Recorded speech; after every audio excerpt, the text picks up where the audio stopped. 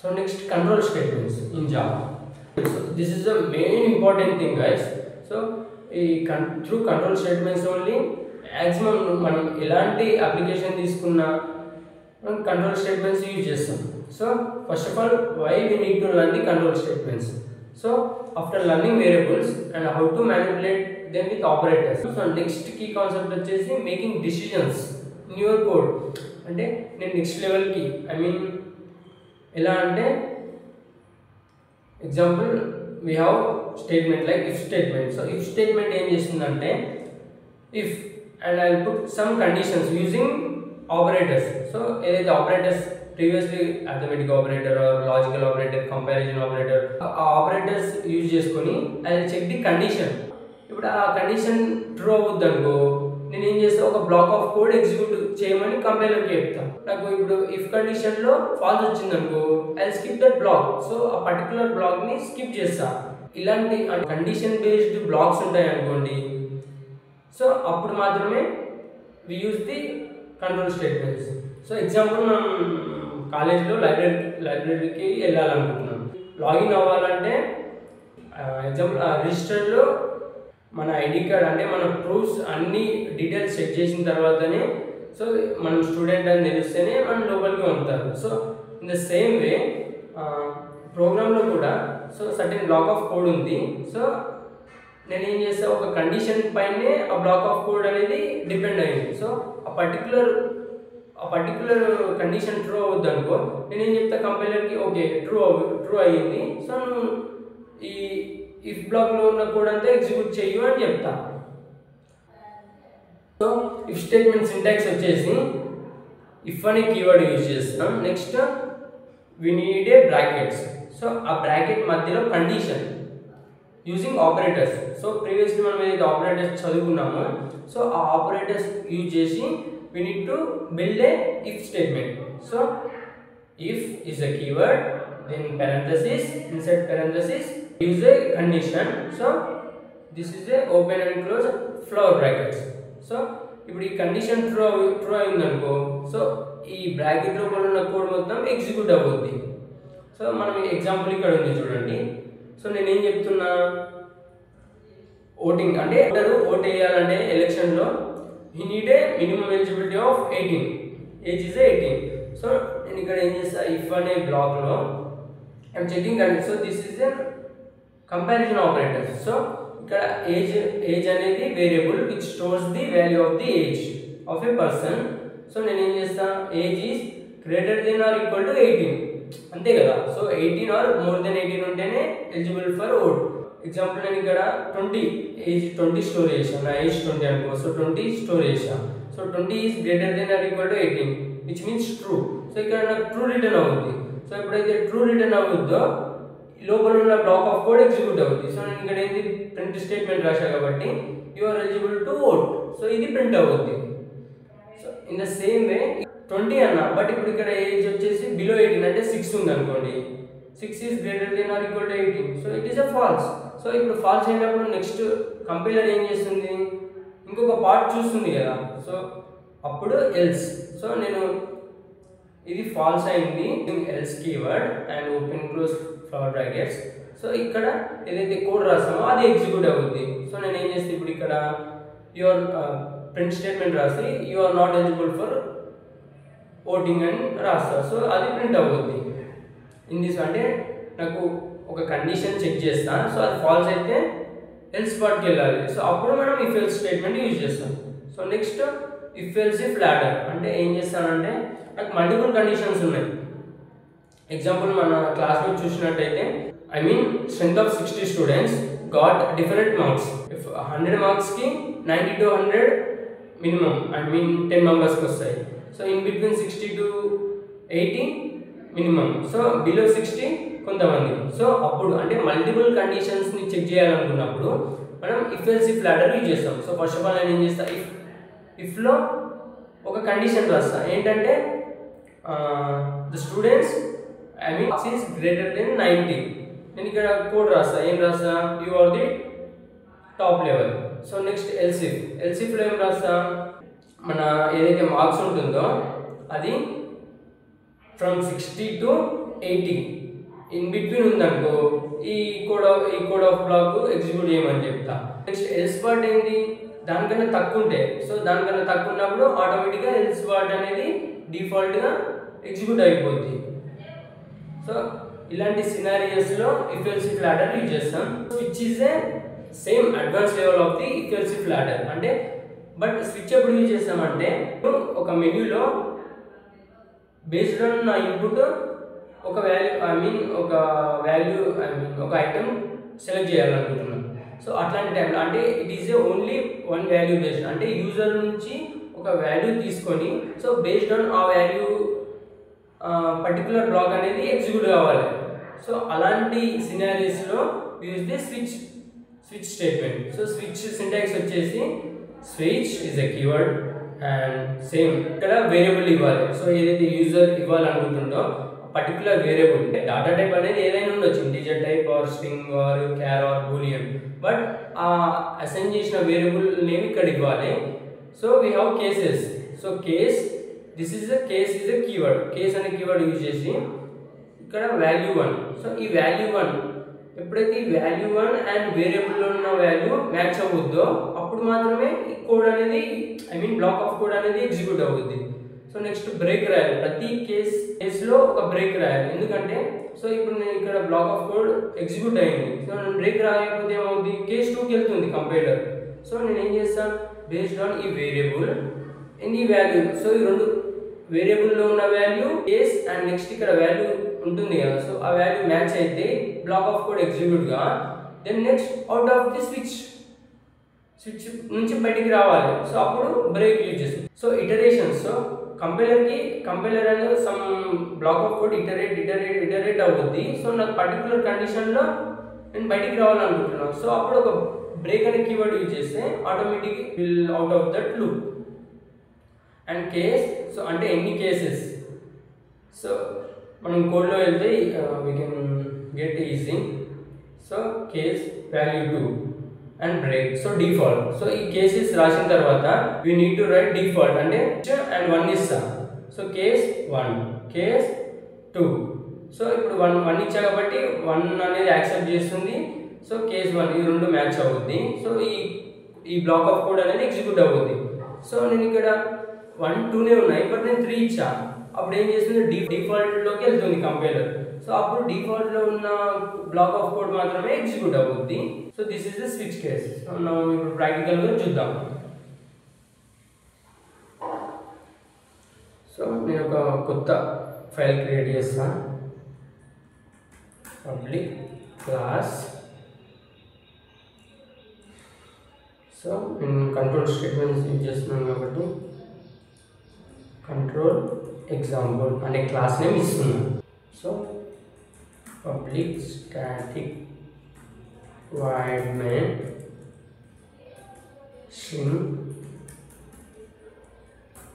ఇది బేసిక్ అన్నమాట. సో ఇది మనం మైండ్లో ఫిక్స్ అయిపోవాలి, ఇదే basic structure for the Java. So next control statements use చేస్తున్నాం కాబట్టి సేమ్ ఫస్ట్ ఆఫ్ ఆల్ ఇఫ్కి చూద్దాం. So I'll take the marks. So marks అనే first of all vote. So మనం ఎగ్జాంపుల్లో చూసినట్టు ఓటింగ్ చూద్దాం. సో ఇంట్ ఏజ్ ఈక్వల్ టు 20. సో నేను ఏం చేస్తున్నా, ఏజ్ అనే value greater then or equal to 18 ఉంటే నేను యూజర్కి చెప్పాలనుకుంటున్నాను you are eligible for vote. So అలాంటి టైంలో we use the so if keyword use చేయాలి. Next this bracket age is greater than, which means greater than or equal to 18. So next ఏం చెప్పా, open and close flower brackets. So ఈ block ఈ open and close flower బ్రాకెట్స్లో ఉన్న code మాత్రమే execute అవుతుంది. So నేను ఏం చేస్తా, system dot out dot print L N else double quotes ఇవ్వాలి. సో మనం ఎందుకంటే డబుల్ కోడ్స్ అనేది ఒక స్ట్రింగ్. సో ప్రింట్ఎల్ఎన్లో డబుల్ కోడ్స్ ఇస్తే ఇన్ఫర్మేషన్ అనేది ప్రింట్ అవుతుంది. సో నేను చెప్తా you are eligible for voting semicolon అనేది మర్చిపోద్దు. సో నేను సేవ్ చేస్తా ఫైల్.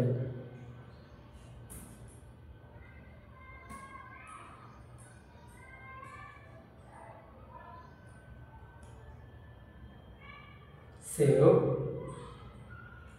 సో నెక్స్ట్ ఏం చేయాలి, కంపైల్ చేయాలి. కంపైల్ చేయడానికి కీవర్డ్ మీన్ సింటాక్స్ వచ్చేసి జావా సి అండ్ ఇక్కడ file name which means class name dot Java. So compile అయిపోయింది. I got no errors. So now Java space file name enter. So ఇక్కడ ఏమొచ్చింది, you are eligible for voting, అంతే కదా. So age అనే variable 20 store చేసింది. So ఇక్కడ ఏమవుతుంది, 20 greater then or equal to 18. That's why execute అవుతుంది. సో నేను ఏం చెప్పాను, నెక్స్ట్ ఎల్స్ పార్ట్. సో పక్కకి ఎల్స్ పెట్టుకొని open and close system dot out dot println. నేను ఏం చేస్తాను, యు ఆర్ నాట్ ఎలిజిబుల్ అని ప్రింట్ చేయాలనుకుంటున్నాను. If age is I mean less then 18. So ఇక్కడ నేను చేస్తా 2 ఏజ్ ఈజ్ 2 అని ఐ మీన్ స్టోర్ చేసా. సో ఇప్పుడు ఏమవుతుంది, 2 is greater then or equal to 18 అంటే ఫాల్స్ కదా. సో ఇప్పుడు ఇఫ్ కండిషన్ ఫాల్స్ అయినప్పుడు ఆటోమేటిక్గా ఎల్స్ పార్ట్కి వస్తుంది. సో ఎల్స్ పార్ట్లో ఏమవుతుంది, యు ఆర్ నాట్ ఎలిజిబుల్ అనేది అవుట్పుట్ వస్తుంది. So you are not eligible. So you are not eligible అని it will show you.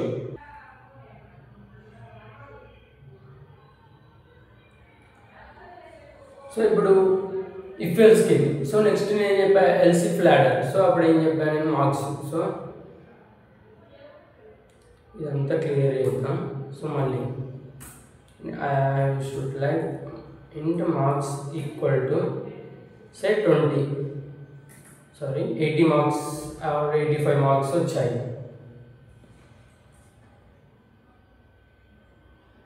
So నేను ఏం చేస్తాను, ఇప్పుడు నాకు మల్టిపుల్ సినారీస్ ఉంటాయి. సో మార్క్స్ అనేది ఇన్ బిట్వీన్ 1 to 100 రావచ్చు. సో నేను ఏం చేస్తున్నా, డివైడ్ చేస్తున్నా 3 పార్ట్స్ ఐ మీన్ 3 సెక్షన్స్గా డివైడ్ చేస్తున్నా స్టూడెంట్స్ని.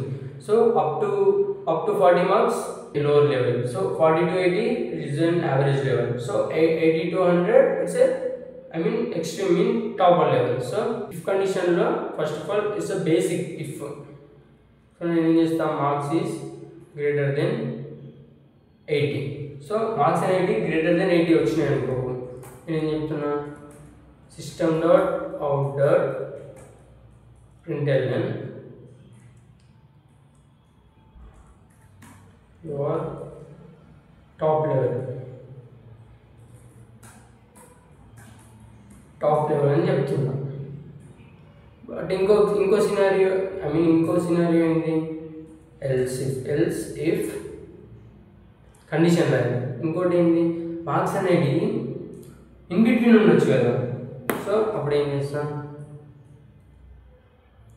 Marks are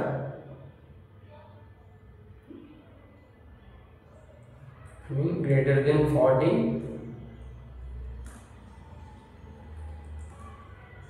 and marks are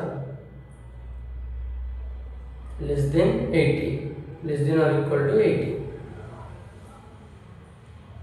so ఇక్కడ మనం ఏం చెప్తున్నాం, మార్క్స్ అనేది గ్రేటర్ దెన్ 40 ఉండాలి అండ్ ఇక్కడ అండ్ మార్క్స్ లెస్ దెన్ 80 అంటే ఇన్ బిట్వీనే కదా. సో 40 నుంచి 80 మధ్యలో ఉన్న students I want to show system dot out dot println. So you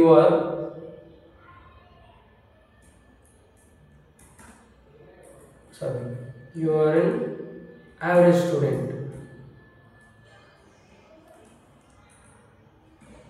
so next ఏంది, ఎల్స్. సో ఎల్స్ పార్ట్ ఏంది, సో ఈ 40 కన్నా తక్కువ వచ్చిన వాళ్ళని ఆటోమేటిక్గా I want to show them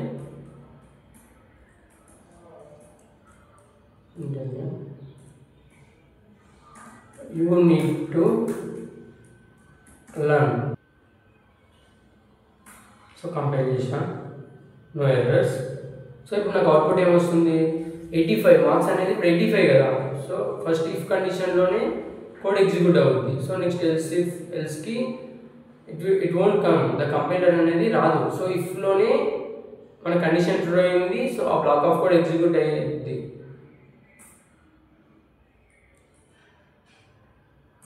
so ఇక్కడ యువర్ టాప్ లెవెల్. సో అంతే కదా. సో ఇప్పుడు నేను మార్క్స్ అనేది లైక్ 10 ఇస్తాను. ఐ గాట్ 10 అనుకో. సారీ, కంపేర్ చేయాలి ఫస్ట్. కంపేర్ చేసి then run.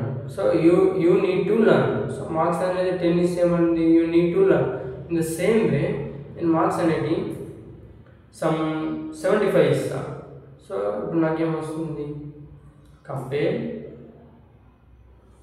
And run. So you are an average student. So ఇప్పుడు ఏమొచ్చింది మనకు, యావరేజ్ స్టూడెంట్ అని వచ్చింది. అంటే వీ హ్యావ్ ది అంటే మల్టిపుల్ సినారియోస్ కేసెస్ వస్తే we use the else if. So next వచ్చేసి I show you the switch. So switch else if యొక్క ఎక్స్టెన్షనే, బట్ స్విచ్ ఎప్పుడు యూజ్ చేస్తాం, based on user input which is only one value. అంటే నేను ఒకటే value ఇస్తాను. So based on that value నాకు output రావాలి. సో ఎలా అంటే ఇంట్ ఈక్వల్ టు 1 అంట. సో నేను ఏం చేస్తాను, స్విచ్ అనేది యూజ్ చేసి ఏ వాల్యూ అయితే మనం పంపాలనుకుంటాం. సో నేను ఏం చేస్తా, ఏ ఇక్కడ ఏనే కదా. సో నేను చెప్పా okay cases. So case 1 and this one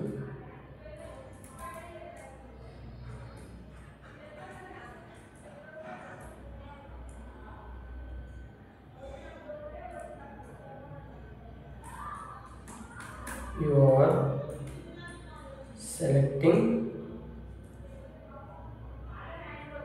selecting value 1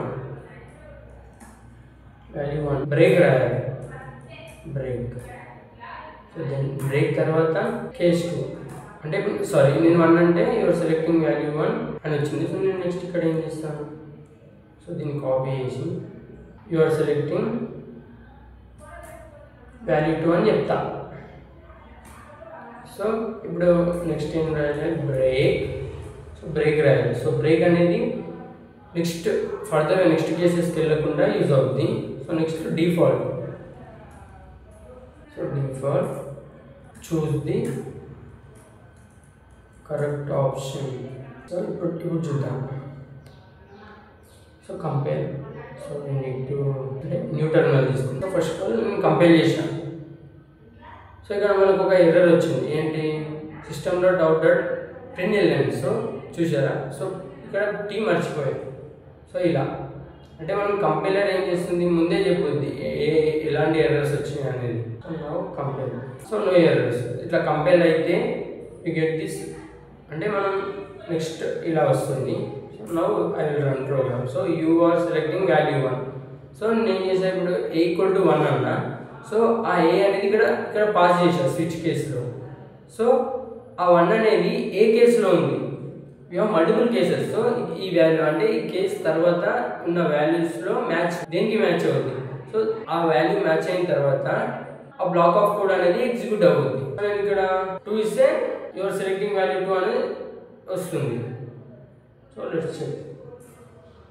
so you are selecting value 2. So ఇప్పుడు నేను ఏం చేస్తాను, మళ్ళీ ఈ 1 2 కాకుండా 10 ఇస్తాను.